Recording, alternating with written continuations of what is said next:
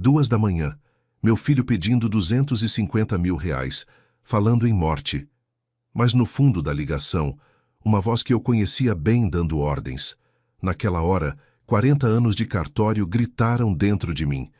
Quando alguém pressiona demais, é porque não quer que você pense. Eu disse não. Desliguei e voltei a dormir. Meu nome é Osvaldo Benevides. Tenho 71 anos. Nasci e me criei no interior do Paraná, mais precisamente em Castro, cidade pequena onde todo mundo conhece todo mundo. Trabalhei a vida toda como funcionário público de cartório. 38 anos carimbando papel, conferindo assinatura, registrando nascimento, casamento, morte, compra, venda, tudo o que você imaginar.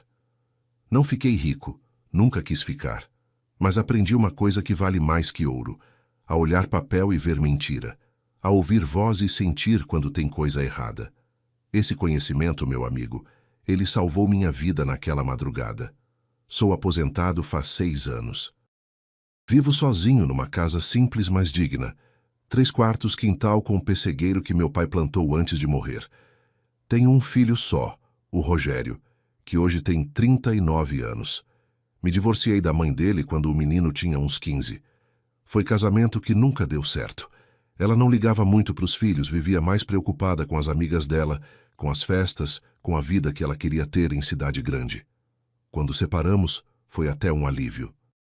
Fiquei com o menino, criei ele sozinho, botei comida na mesa, paguei escola, dei roupa limpa e conselho quando ele quis ouvir e quando não quis também. Se você está gostando dessa história, clica no like e se inscreve no canal Voz do Vovô. Deixa nos comentários de onde você está assistindo e que horas são aí na sua cidade agora. A gente aqui conta a história real, de gente real, todo santo dia.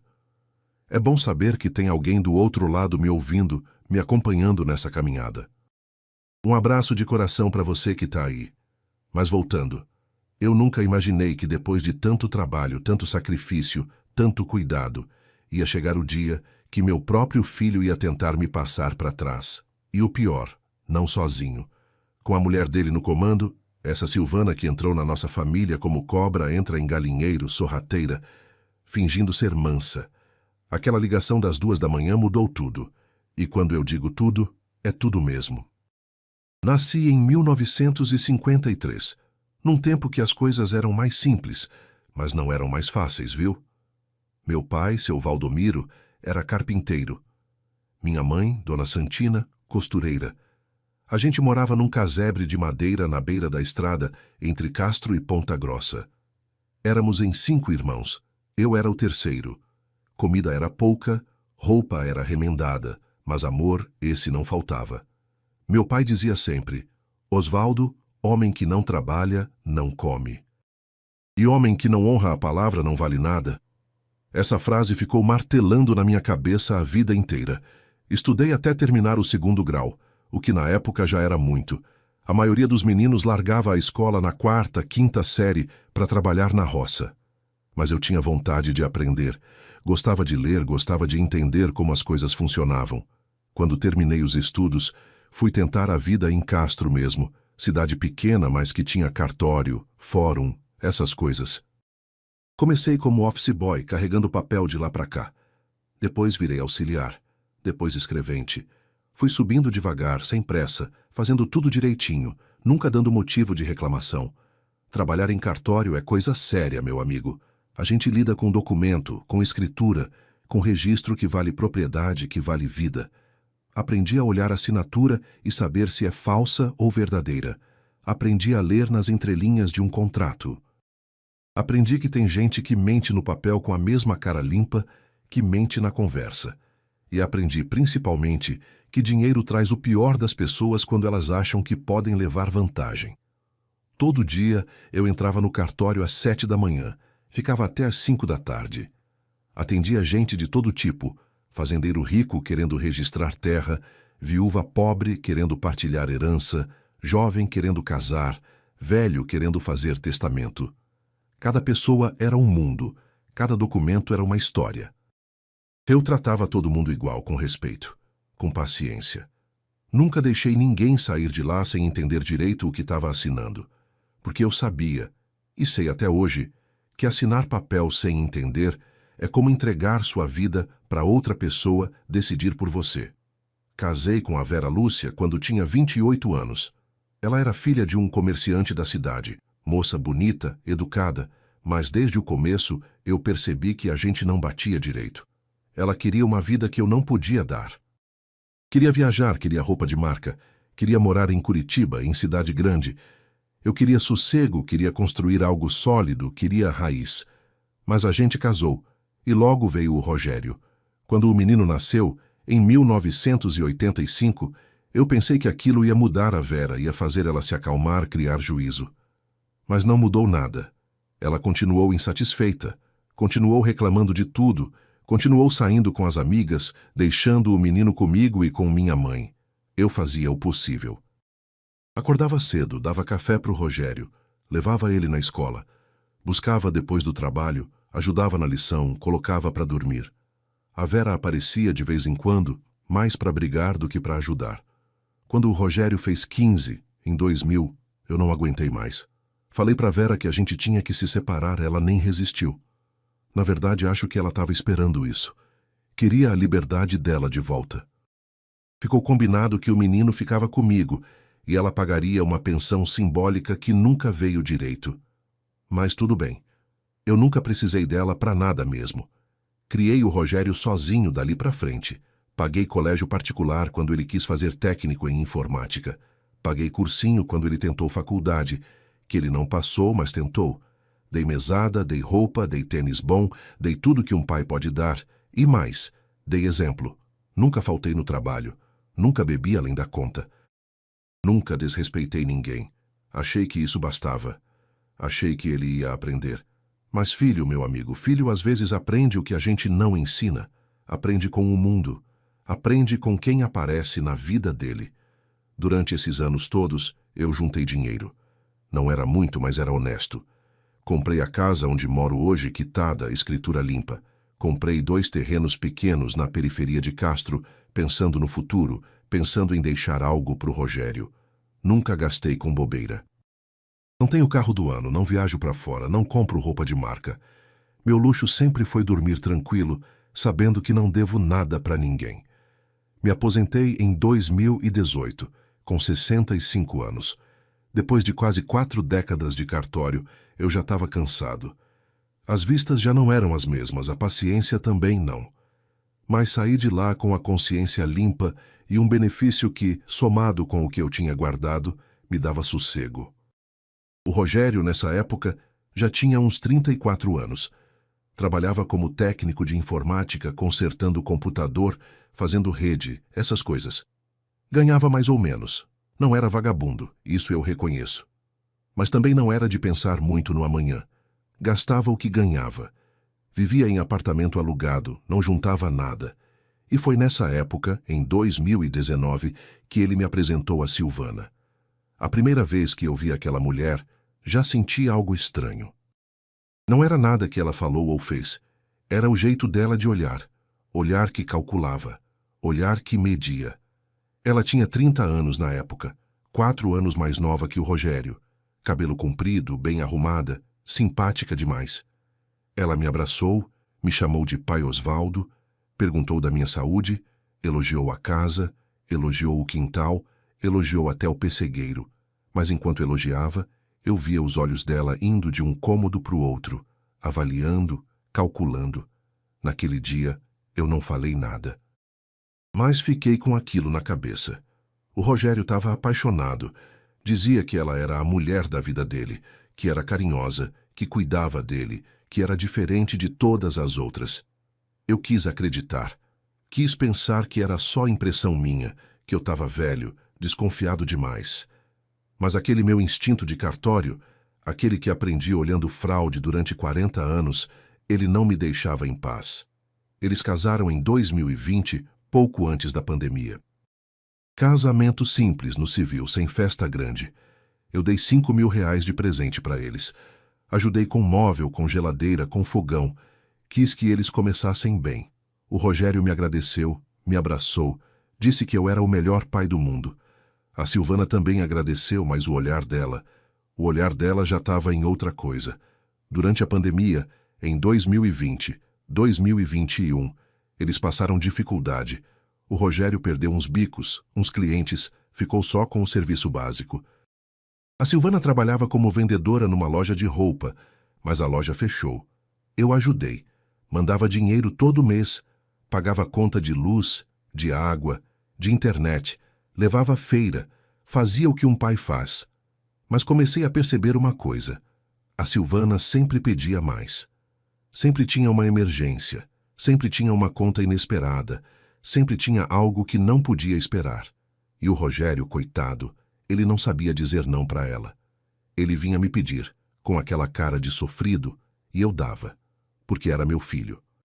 Porque eu não queria ver ele passar vergonha. Só que quanto mais eu dava, mais ela pedia. Em 2022, as coisas melhoraram um pouco. O Rogério voltou a trabalhar direito, a Silvana conseguiu emprego novo. Mas mesmo assim, sempre tinha pedido, sempre tinha emergência. Eu comecei a desconfiar que aquelas emergências não eram tão emergências assim. Foi quando, numa tarde de domingo, eu estava na casa deles almoçando. A Silvana saiu para atender um telefone. Eu ouvi ela falando baixo, mas ouvi. Calma, eu tô trabalhando ele. Daqui a pouco a gente tira o que precisa. Fiquei gelado. Quando ela voltou, eu perguntei com quem ela estava falando. Ela sorriu. Ah, uma amiga minha, pai. Coisa de mulher. Mas o tom não era de amiga, era de negócio. Naquele dia, eu saí da casa deles com o coração apertado. Cheguei em casa, sentei na varanda e pensei muito. Será que eu estava ficando paranoico? Será que era só impressão de velho? Mas o tempo mostrou que não era impressão, não. Os meses foram passando e as coisas foram ficando mais claras. A Silvana tinha um jeito de manipular o Rogério que era assustador de ver. Ela usava choro, usava charme, usava ameaça velada. Dizia que ele não cuidava dela direito, que outros homens cuidavam melhor das esposas, que ela estava sacrificando a vida dela por ele. E o menino, coitado, caía feito patinho. Em julho de 2023, o Rogério veio me pedir 15 mil reais. Disse que era para comprar um carro usado, que a Silvana precisava de um carro para trabalhar, que ia facilitar a vida deles. Eu hesitei. 15 mil não era pouco. Mas ele insistiu, disse que ia me pagar de volta em 1 ano, que estava tudo controlado. Eu acabei emprestando. Assinamos até um papelzinho bem simples, só para formalizar. O carro veio. Um Gol velho, 2010. Mas logo depois a Silvana começou a reclamar que o carro dava problema, que precisava de conserto, que precisava de pneu novo. Mais dinheiro. Mais pedido. Eu nunca vi um centavo de volta daqueles 15 mil. Em outubro do mesmo ano, a Silvana me ligou diretamente. Isso era raro. Ela nunca ligava para mim.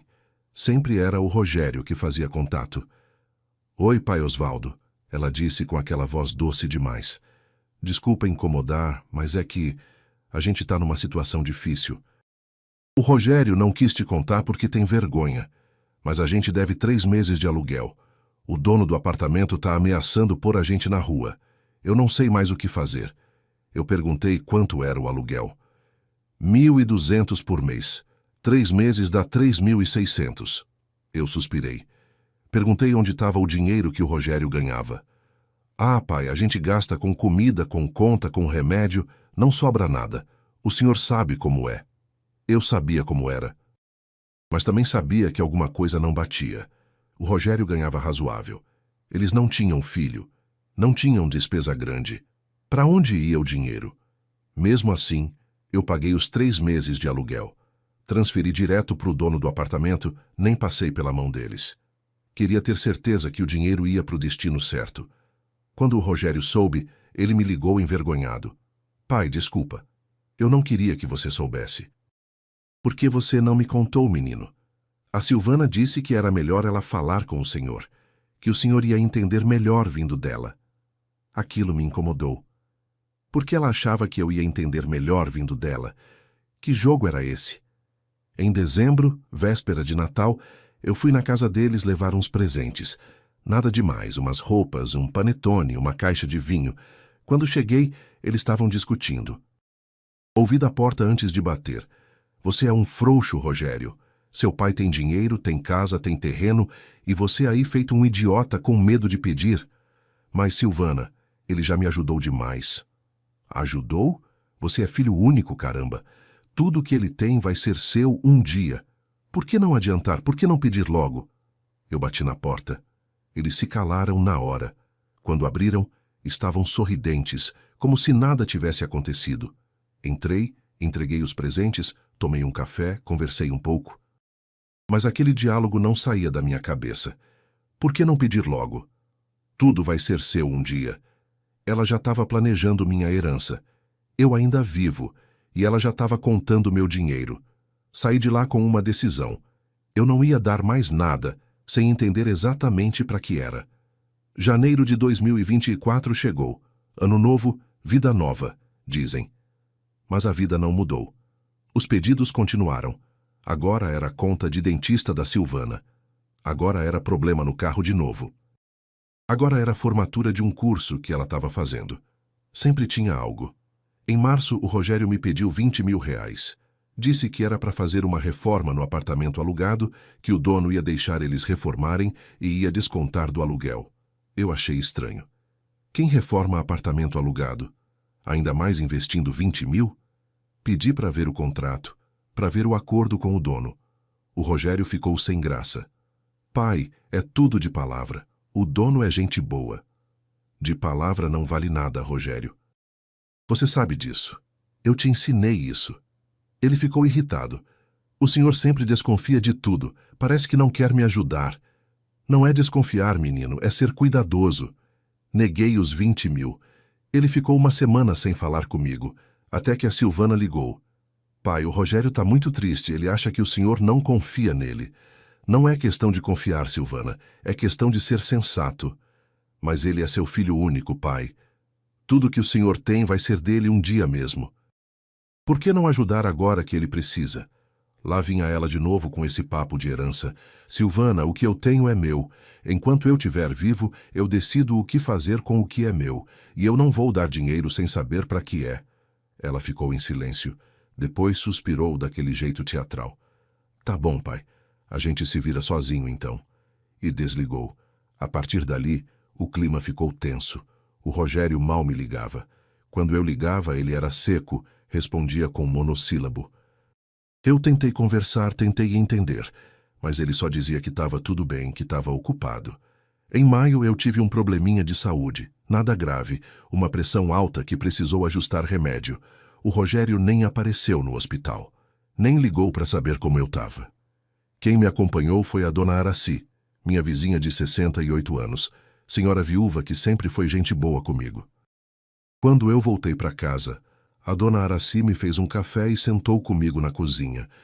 Osvaldo, eu vou te falar uma coisa que não é da minha conta, mas eu não posso ficar calada. Aquela nora sua não presta. Eu olhei para ela surpreso. A Silvana? Essa mesmo. Eu vi ela outro dia no mercado conversando com um homem. Não era conversa de amigo não, Osvaldo. Era conversa de gente que está tramando algo. Ela estava mostrando o papel e o homem estava anotando coisas. Quando ela me viu, mudou de assunto na hora. Fiquei inquieto com aquilo. Que papel era aquele? Que homem era aquele? Em junho, eu decidi fazer uma coisa que nunca tinha feito. Fui até o apartamento deles sem avisar. Bati na porta no meio da tarde, num sábado. Demorou para abrirem. Quando abriram, era a Silvana de hobby, cara de sono. Pai Osvaldo, o que o senhor está fazendo aqui? Vim visitar vocês. Tem problema? Não, não. É que a gente não esperava. Entrei. A sala estava diferente. Tinha uma televisão nova enorme na parede. Tinha um sofá novo também. Tudo coisa cara. Bonita a TV, eu comentei. O Rogério apareceu do quarto. Ah, pai, a gente comprou parcelado. Uma promoção boa. Pensei que vocês estavam sem dinheiro. A Silvana interferiu. A gente tá, pai, mas não pode viver que nem mendigo também, né? Todo mundo merece um conforto. Eu não discuti. Mas fiquei pensando. Eles choravam miséria comigo, mas compravam televisão de 10 mil reais? Nesse dia, percebi que tinha algo muito errado e que eu precisava tomar cuidado. Em julho, a dona Araci me contou outra coisa. Osvaldo, eu ouvi a Silvana conversando no telefone ontem. Ela estava no quintal dela, eu estava no meu. A voz dela é alta, sabe? Ela estava dizendo assim, não, calma, eu vou conseguir. O velho tem grana, tem casa, tem terreno. É só ter paciência que a gente tira tudo dele. Ei, Osvaldo, ela estava falando de você. Aquilo me deixou com raiva, mas também me deixou alerta. Eu sabia que tinha que agir, mas não sabia como. Agosto passou, setembro passou, outubro chegou. O Rogério quase não falava comigo. Quando falava, era só para pedir alguma coisa pequena, tipo, pai, me transfere R$100 para eu botar gasolina? Ou, pai, pode pagar a conta de luz esse mês? Eu pagava, mas sempre com o coração apertado. Em novembro, aconteceu uma coisa estranha. Recebi uma ligação do meu banco. Senhor Osvaldo, aqui é da central de atendimento. A gente identificou uma tentativa de empréstimo no seu nome. O senhor solicitou isso? Empréstimo? Não, não solicitei nada. Então alguém tentou fazer em seu nome. A tentativa foi barrada porque a assinatura digital não bateu com a do nosso sistema. Mas fica de olho, viu? Pode ser tentativa de fraude. Desliguei o telefone com o coração disparado. Quem tentou fazer empréstimo no meu nome? Como conseguiram meus dados? Liguei para o Rogério. Filho, você sabe de alguma tentativa de empréstimo no meu nome? Ele gaguejou. Não, pai. Por que eu saberia? Porque alguém tentou e usou meus dados. Silêncio do outro lado. Pai, eu não sei de nada. Mas o jeito dele de falar, o jeito dele me dizia que ele sabia sim. Dezembro chegou.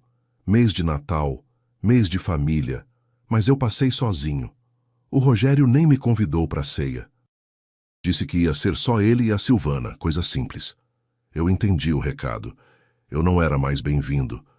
Passei o Natal com a dona Araci e mais 2 vizinhos. Foi bom. Simples, mas bom. E aí chegou aquela madrugada. 2 de janeiro de 2025. Uma quarta-feira. Eu tinha ido dormir cedo, umas 9 da noite. Tava cansado, tinha passado o dia organizando uns papéis, umas contas. Dormi leve, como o velho dorme. Qualquer barulhinho acordava. 2h03 da manhã. O celular começou a vibrar na mesa de cabeceira. Eu acordei assustado. Olhei para o visor. Rogério. Meu coração apertou. Filho ligando 2 da manhã? Só pode ser coisa ruim. Atendi. Alô? Pai, pai, pelo amor de Deus. A voz dele estava desesperada, trêmula, quase chorando. O que foi, menino? Tá tudo bem? Não, pai, não tá. É a Silvana. Ela tá muito mal. O que aconteceu? Ela teve uma dor horrível. A gente veio pro hospital. Os médicos disseram que ela precisa de uma cirurgia urgente, agora, imediatamente. Sentei na cama. Acendi a luz do quarto.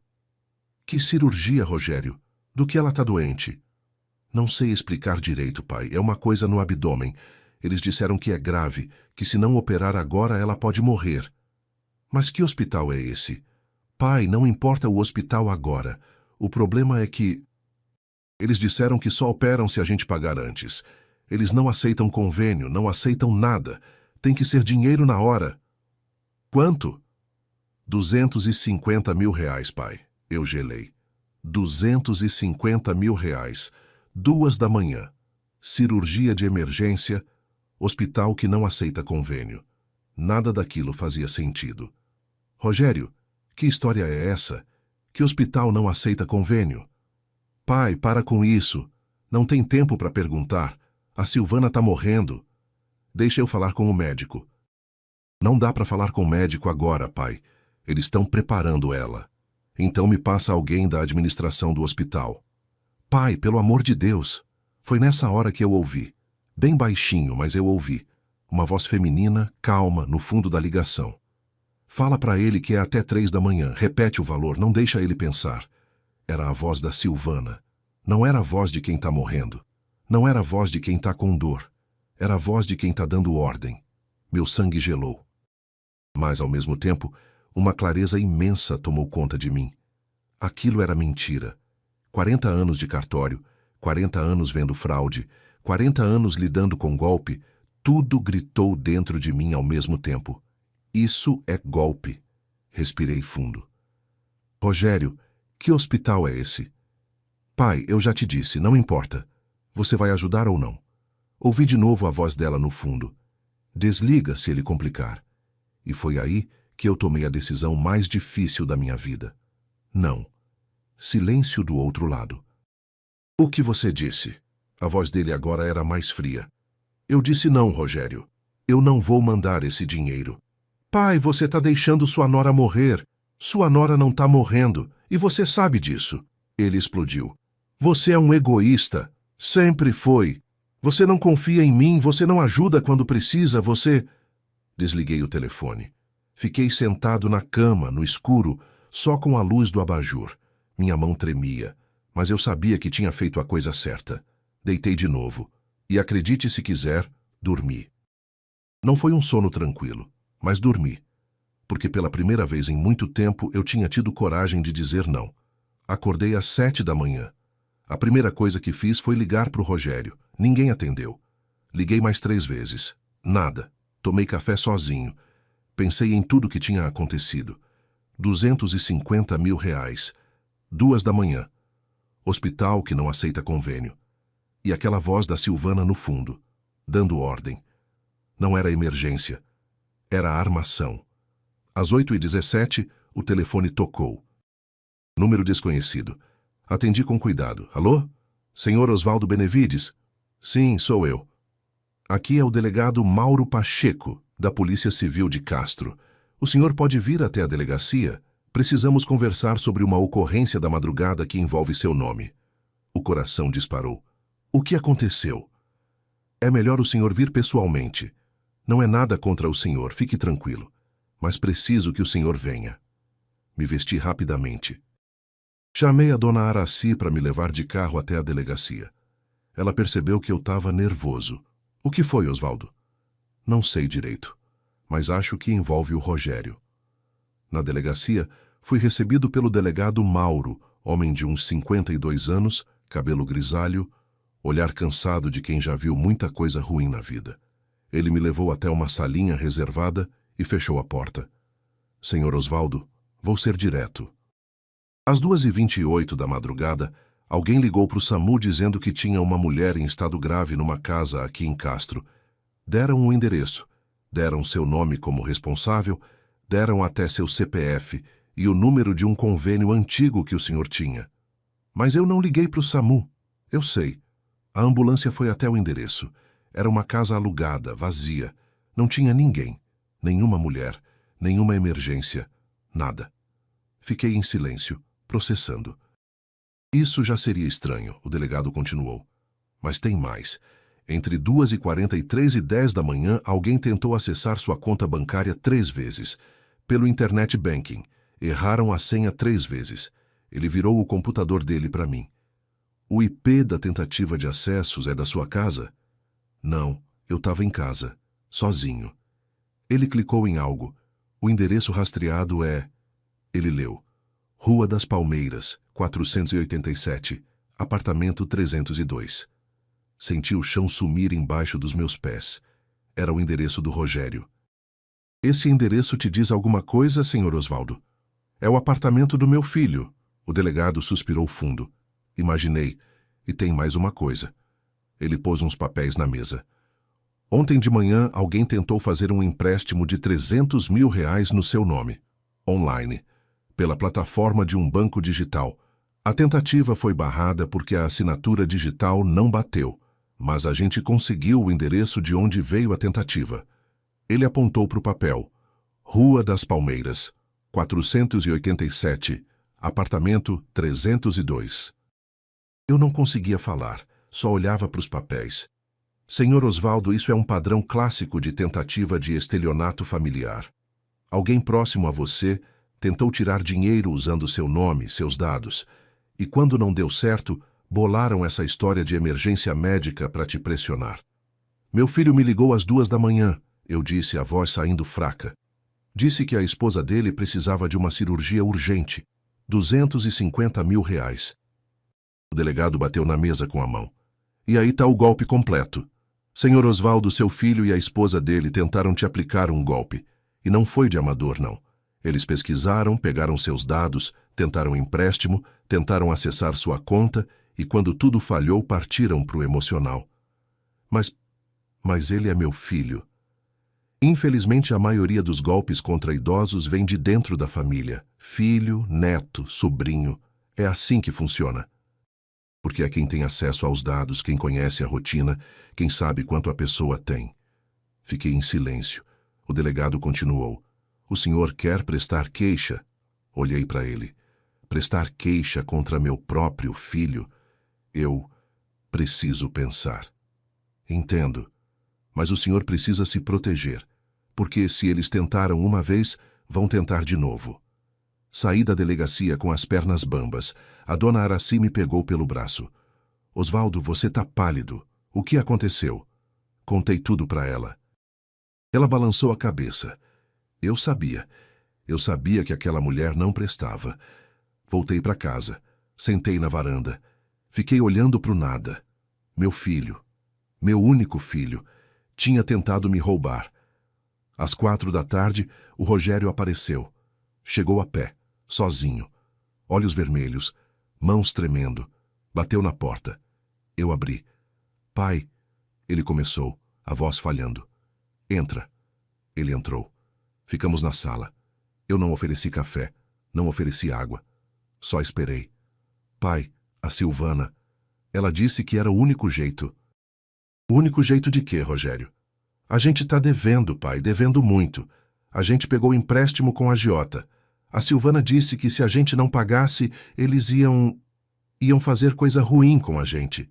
E por isso vocês resolveram me roubar? Ele abaixou a cabeça. Foi ideia dela, pai. Ela disse que o senhor tinha dinheiro sobrando, que o senhor não precisava de tudo aquilo, que um dia ia ser meu mesmo. E você acreditou? Eu estava desesperado, pai. Desesperado a ponto de tentar me roubar no meio da madrugada? A ponto de mentir que sua esposa estava morrendo?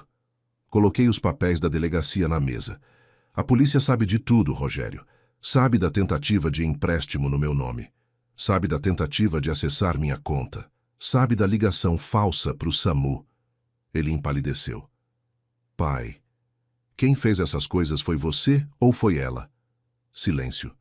Responde, Rogério. Foi ela, pai. Ela que mexeu no computador. Ela que pegou seus documentos quando a gente estava aqui em casa. Ela que armou tudo. E você ficou olhando?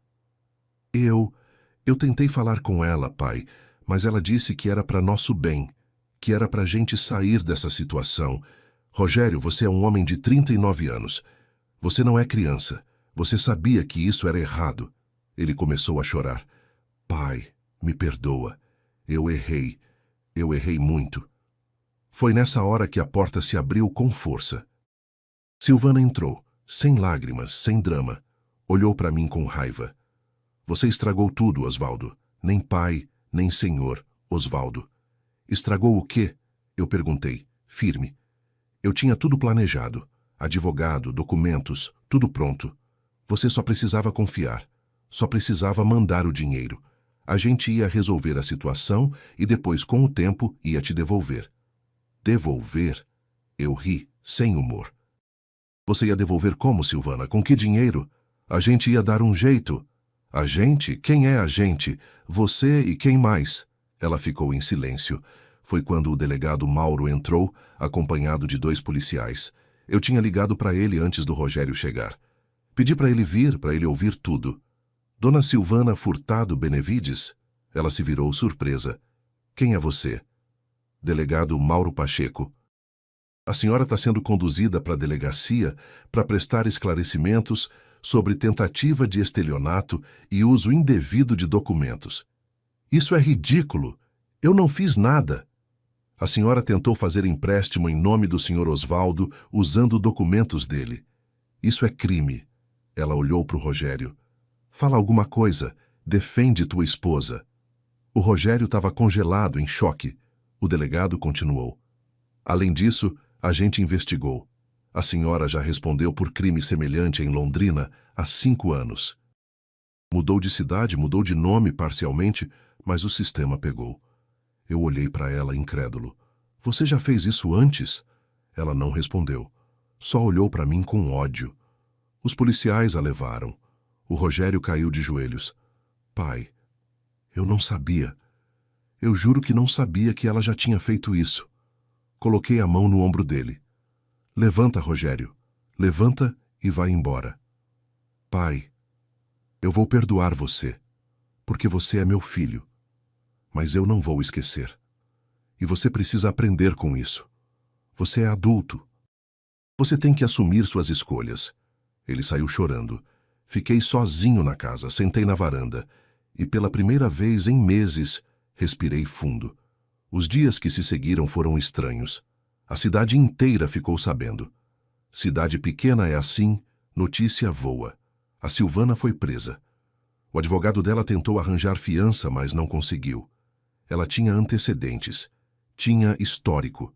Ela tinha feito a mesma coisa em Londrina, com outro namorado, 5 anos atrás. Tinha pego dinheiro da família do rapaz, tinha sumido. Mudou parcialmente o nome, mudou de cidade, veio para Castro e escolheu meu filho. Quando eu soube disso, fiquei pensando. Quantas famílias ela já destruiu?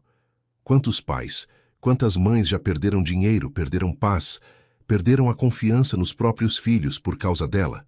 O delegado Mauro me mostrou o processo de Londrina. Era impressionante. Ela tinha os mesmos padrões. Aproximação calculada, conquista rápida, pedidos crescentes e, no final, a tentativa de golpe grande. Lá, ela tinha conseguido 120 mil reais antes de ser descoberta. Fugiu antes de ser presa. Ficou anos foragida até prescrever. Mas o histórico ficou. E agora ela ia pagar. Não só pelo que tentou fazer comigo, mas por tudo que tinha feito antes. O Rogério passou uma semana inteira sem falar comigo, sem aparecer, sem ligar. Eu respeitei o tempo dele. Sabia que ele estava processando tudo, que ele estava com vergonha, com raiva de si mesmo, com a vida desmoronando. Eu também precisava de tempo. Precisava entender meus próprios sentimentos, porque por mais que eu soubesse que tinha feito a coisa certa, ainda doía. Ainda doía saber que meu filho tinha tentado me roubar. A dona Araci vinha todo dia tomar café comigo. Ela não perguntava muito, só ficava ali, companhia silenciosa, que às vezes é o que a gente mais precisa. Um dia ela me disse, Osvaldo, você fez a coisa mais difícil que um pai pode fazer. Você salvou seu filho dele mesmo. No 10º dia, ele apareceu de novo. Dessa vez, diferente. Mais calmo, mais sóbrio. Olheiras fundas, barba por fazer, roupa simples. Mas o olhar não era mais aquele de antes, perdido, manipulado. Era um olhar de quem tinha acordado.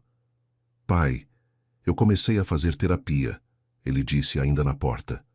Conversei com um psicólogo, 2 sessões já, e comecei a entender como ela me manipulou, desde o primeiro dia. Sentamos na varanda, fiz café, coloquei pão na mesa. A gente não comeu muito, mas a gente conversou. Ela usava técnicas, pai, coisas que eu nem sabia que existiam. Ela me fazia sentir culpado quando eu não fazia o que ela queria. Dizia que eu não era homem de verdade se não provesse para ela. Ameaçava ir embora toda vez que eu questionava alguma coisa. Me comparava com outros homens e eu só queria que ela ficasse. Só queria ser bom o bastante. Peguei a mão dele. Você sempre foi bom o bastante, menino. O problema nunca foi você. Foi ela. Ele chorou. Não de desespero. Não de vergonha. De alívio. O psicólogo me explicou sobre relacionamentos abusivos, pai. Eu era abusado. E eu nem sabia. Eu achava que amor era aquilo. Achava que era normal ela controlar tudo, decidir tudo, me fazer sentir pequeno o tempo todo. Amor de verdade não faz a gente se sentir pequeno, eu disse. Amor de verdade faz a gente crescer. A gente ficou em silêncio por um tempo. Depois ele continuou. Eu vou me divorciar dela, pai. Já procurei advogado. Ela vai responder pelo que fez. não só com a gente, mas pelo histórico dela também. E eu vou reconstruir minha vida, do zero se for preciso. Você consegue. Você é novo ainda. Tem tempo, tem saúde, tem inteligência. Ele olhou para mim com os olhos cheios d'água. Pai, sobre o dinheiro que eu te devi. Os 15 mil do carro, as ajudas, as contas que o senhor pagou, eu vou te pagar de volta. Vai demorar, mas eu vou. Todo centavo. Não precisa, Rogério. Eu sou teu pai. Eu ajudei porque quis. Precisa sim, pai. Eu preciso disso, para mim mesmo, para olhar no espelho e me respeitar de novo. E ele pagou. Demorou 8 meses, mas pagou. Todo mês, religiosamente, ele depositava 300, 400, 500 reais, dependendo do que sobrava. Não era muito, mas era honesto, era digno. Era dinheiro ganho com trabalho, com suor, com esforço dele. Quando ele fez o último depósito, me ligou. Pai, acabei de depositar, quitei tudo. Eu sei, menino, eu vi. Obrigado por não ter desistido de mim. Pai nunca desiste de filho, mesmo quando o filho se perde. A Silvana foi condenada. 3 anos e 2 meses de prisão em regime semiaberto, estelionato, falsificação de documentos, tentativa de fraude, uso indevido de dados pessoais. O juiz foi firme. Disse que ela era reincidente, que representava perigo para a sociedade, que precisava pagar pelo que tinha feito. Ela ainda tentou me processar por calúnia, por difamação, dizendo que eu tinha inventado tudo, que eu era um velho louco que queria separar o casal. O juiz nem aceitou a ação. Tinha prova demais contra ela. Documento, tentativa de empréstimo, acesso ilegal à conta bancária, o histórico de Londrina. Tudo batia. Na audiência, ela me olhou com tanto ódio que eu senti um arrepio. Mas também senti pena. Pena de uma pessoa que desperdiçou a vida enganando os outros, em vez de construir algo de verdade. Descobrimos depois que ela tinha um cúmplice, um primo dela, o Júnior, que morava em Curitiba. Ele trabalhava com tecnologia, sabia invadir sistema, sabia falsificar documento digital. Foi ele que tentou fazer o empréstimo no meu nome. Foi ele que tentou acessar minha conta. A Silvana fornecia as informações e ele executava. Os dois foram condenados. Ele pegou 2 anos. O Rogério se afastou de tudo que lembrava aquela época. Mudou de apartamento, mudou de telefone, bloqueou todas as pessoas que eram amigas dela. Começou terapia semanal que mantém até hoje. Voltou a trabalhar direito, com foco, com vontade. Começou a fazer uns cursos online, a se especializar, a crescer na profissão. E pela primeira vez em anos, eu vi meu filho sendo ele mesmo. O Rogério que eu conhecia. O menino que gostava de rir, que gostava de conversar, que tinha sonhos. Hoje, 1 ano depois, nós nos falamos toda semana. Ele vem almoçar aqui, domingo sim, domingo não. A gente conversa sobre futebol, sobre trabalho, sobre política, sobre vida. Não falamos da Silvana. Não tem necessidade. Aquela página virou. Rasgou. Jogou fora. Ele conheceu uma moça nova há 6 meses. A Andréia, 32 anos, professora de escola municipal, filha de um conhecido meu do tempo de cartório. Moça simples, trabalhadora, honesta, pé no chão. Eles estão namorando devagar, sem pressa, sem morar juntos, sem grandes promessas. Só conhecendo um ao outro de verdade. E eu vejo que ele aprendeu. Aprendeu a não se entregar cego. Aprendeu a olhar com cuidado. Aprendeu a valorizar caráter mais que aparência. Aprendeu que amor verdadeiro não pressiona, não manipula, não exige prova o tempo todo. A Andréia veio almoçar aqui mês passado. Moça educada, simples, trouxe um bolo que ela mesma fez. A gente conversou sobre tudo. Sobre a vida dela, sobre a família, sobre os planos. E no final, quando eles foram embora, a dona Araci, que tinha vindo também, me disse: "Essa moça é diferente, Osvaldo. Essa tem luz própria." E é verdade, ela tem. Quanto a mim, eu continuo aqui, na minha casa quitada, com meu pessegueiro no quintal que todo ano dá fruta, com meus vizinhos, com minha rotina, com meu café da manhã na varanda vendo o sol nascer. Não fiquei rico, Não fiquei famoso. Não apareci na televisão contando história de superação. Mas fiquei em paz. E essa paz, meu amigo, vale mais que qualquer dinheiro do mundo. Tem gente que me pergunta se eu tenho raiva do Rogério pelo que ele fez. Não tenho. Tenho pena. Pena do que ele passou, do que ele sofreu nas mãos daquela mulher. Mas também tenho orgulho. Orgulho de ver ele levantando, aprendendo, crescendo, se tornando o homem que eu sempre soube que ele podia ser. E tem gente que me pergunta se eu me arrependo de alguma coisa, se eu me arrependo de ter ajudado tanto, de ter dado tanto dinheiro, de ter sido fácil demais. Também não me arrependo. Eu fiz o que achei certo em cada momento. Trabalhei honesto a vida inteira. Criei meu filho com dignidade, com amor, com exemplo.